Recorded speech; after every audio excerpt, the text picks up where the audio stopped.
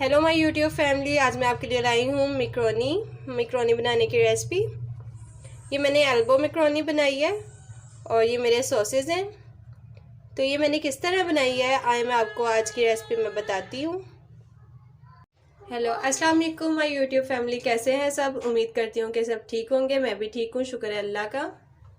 Dream girl all in one में आपको खुश आमदीद। अल्लाह पाक आपके रिज़्क में, आपके खानों में बरकत दें, आपके हाथ के टेस्ट में, और सबको हलाल कमाई कमाने की तौफीक अता फरमाए। और अगर कोई बीमार है तो उसको शिफा नसीब फरमाए। इसके साथ ही व्यूअर्स, अगर आप मेरे चैनल पर नए हैं तो इसको सब्सक्राइब कर दीजिए, साथ में लगे बेल आइकन को ज़रूर प्रेस कीजिए। वीडियो अच्छी लगे तो इसको लाइक और शेयर करना मत भूलें। फ्रेंड्स, आज मैं आपके लिए लेके आई हूँ रेसिपी जो है मैक्रोनी की। तो ये मैंने आपके सामने कुछ इंग्रेडिएंट्स ले लिए हैं। ये मैंने 2 अदद बड़े साइज़ के कैरेट काट लिए हैं, गाजरें, और ये मैंने 2 अदद जो है बड़े साइज़ की शिमला मिर्च काट लिया है, और ये मैंने बंद गोभी का जो है हाफ फूल ले लिया है। और ये मेरे पास मटर है, ये तकरीबन 1 पाव मटर है। और ये एल्बो मैक्रोनी है मेरे पास। और ये मेरे पास बोनलेस चिकन है चेस्ट का, जिसमें मैंने अच्छे तरीके से वॉश करके इसको क्यूब्स में काट लिया ब्रेस्ट का।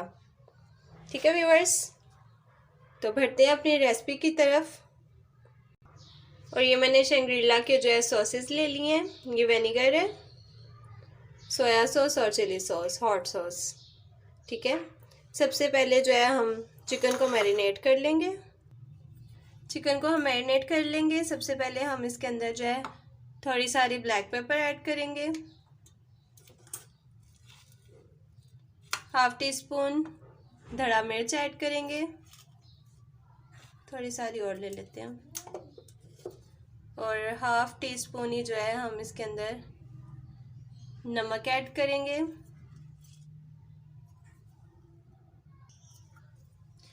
वन टीस्पून जो है इसके अंदर हम विनेगर ऐड करेंगे।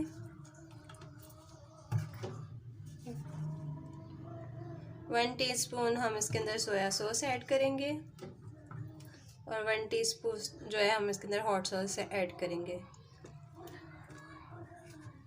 और इसको मिक्स कर लेंगे।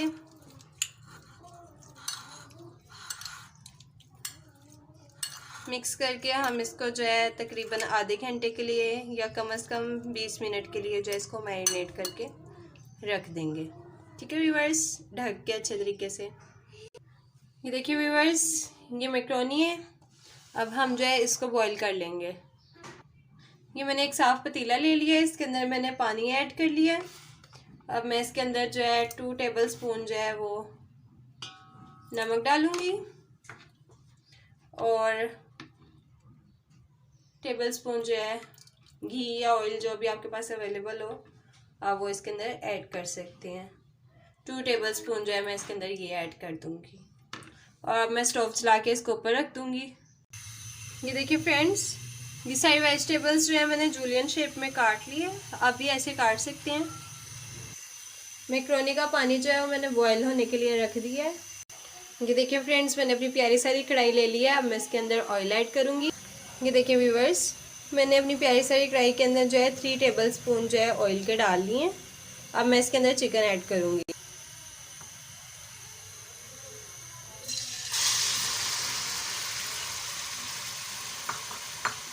जो हमने मैरिनेट करके चिकन रखा था वो हमने इसके अंदर ऐड कर दिया। अब हम इसको जो है फ्राई करेंगे।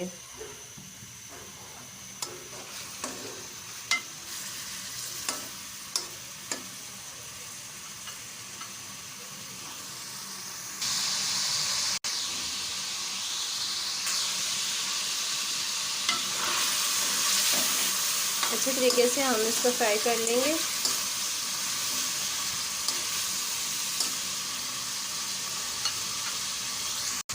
ये देखिए फ्रेंड्स, अब ये हमारा जो है चिकन वो फ्राई हो चुका है।